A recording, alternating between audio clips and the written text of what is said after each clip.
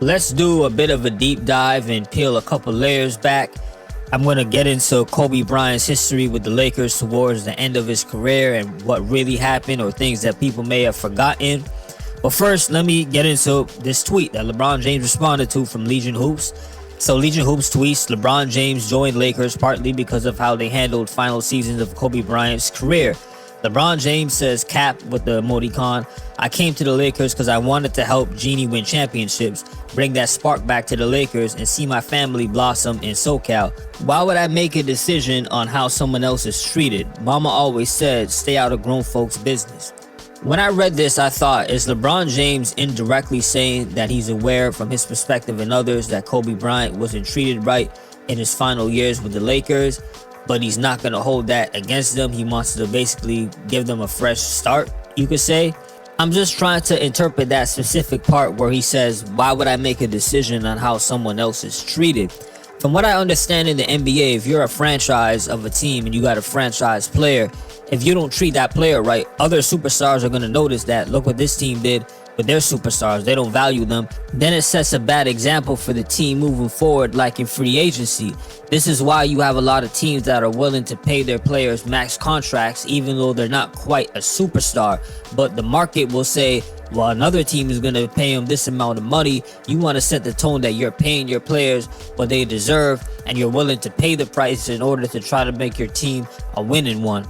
I don't always agree with that philosophy either, by the way. I'm just telling you what it is. But let's dig deeper now into the actual article. I don't think a lot of people really read this. And so this report that stemmed from Legion Hoops actually came from Ramona Shelburne of ESPN, where she said part of the reason James came to the Lakers as a free agent in 2018 is the standard of care they showed during the final season of Bryant's career a decade ago. Sources said James liked playing for an iconic franchise as much as he liked how it treated its iconic players. That was the full quote that was said that prompted LeBron to respond to this article that was posted. Now, let me emphasize the part where it says James liked playing for an iconic franchise as much as he liked how it treated its iconic players.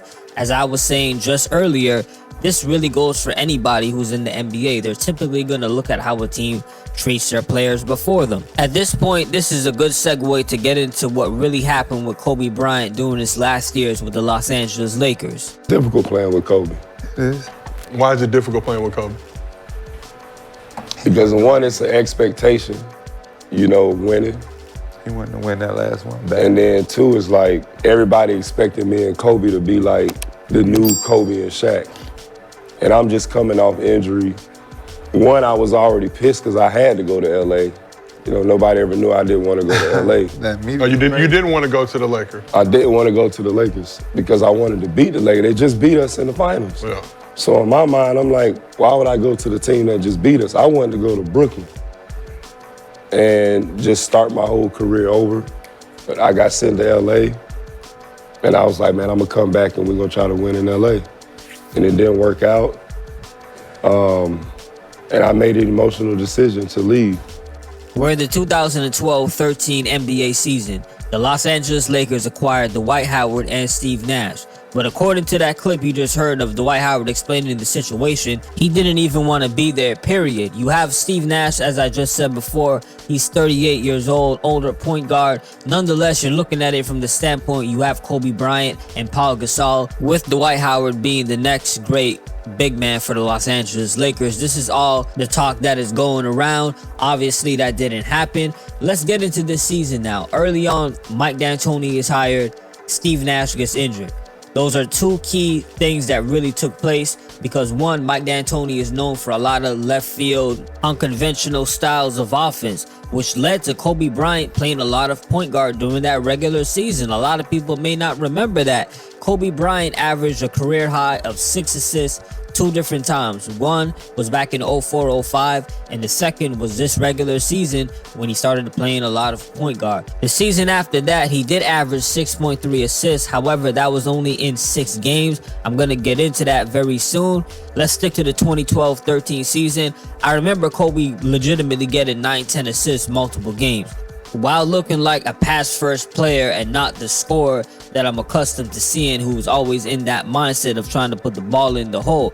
As I said, Mike D'Antoni had a lot to do with that. Kobe this season was also guarding a lot of the best players on the opposing teams. That was something he was doing as well. Put a pin in that. I want to get to more of Mike D'Antoni. Let's reiterate, Kobe Bryant is playing out of position. Dwight Howard doesn't want to be there. He's getting a lot of scrutiny because he's not living up to the expectations Lakers fans want. Steve Nash is injured, and Paul Gasol is having serious issues with Mike D'Antoni and how he's being used offensively within his system. The personnel that we have here was not fitting to his philosophy. So him thinking that we couldn't coexist on the floor together, it's just a clear sign of it. That clip y'all just heard of Paul Gasol talking like that about Mike D'Antoni, that was in April of 2013. Mike D'Antoni was still the coach of the Lakers. Not only still the coach, but the Lakers were a playoff team, even though Kobe Bryant later got injured in that same month with the messed up Achilles that made him miss the regular season and the whole playoffs. They got swept by the San Antonio Spurs. The following season after, Dwight Howard ends up signing with the Houston Rockets in free agency. This is where I gotta put a little bit of blame on the Los Angeles Lakers. And from this point of view, they did what they had to do in trading Bynum. I believe they knew he had some knee injuries, and that's what really played a role also in him ended up retiring a bit early and not doing as good as he should have. But regardless, if you have a young star player like an Andrew Bynum coming off a really solid year, and you end up trading him to get a Dwight Howard, yes, on paper that looks like a great move. Dwight Howard, what he was doing in Orlando Magic coming off of that run, I understand. But if you do that and trade away a piece like Bynum, you got to make sure that you have a commitment from Dwight Howard moving forward. Otherwise, you got to look at the other trades that are available if you're not prepared for the reality of what happens if Dwight Howard doesn't want to come back. Yeah, I understand you got a championship team with Kobe Bryant that you're trying to build up and carry on the legacy before he retires, but I think the Lakers just assumed that Dwight Howard was automatically going to want to sign back and just live the Los Angeles Lakers life, and that didn't happen. This is the season I was talking about where Kobe Bryant averaged about 6.3 assists in 6 games. He ends up getting a knee injury. He misses the whole regular season. More on Paul Gasol if you want a little bit more detail as to why him and Mike D'Antoni never worked out. Mike D'Antoni basically wanted Paul Gasol to be a three-point shooter. That was never Paul Gasol's game. He did play away from the basket, face-up, mid-range kind of game. Shooting three-pointers, however, though, you know, in transition, pulling up, or being a spot-up shooter, that's kind of what Mike D'Antoni wanted to do, and Paul Gasol wasn't having any of that.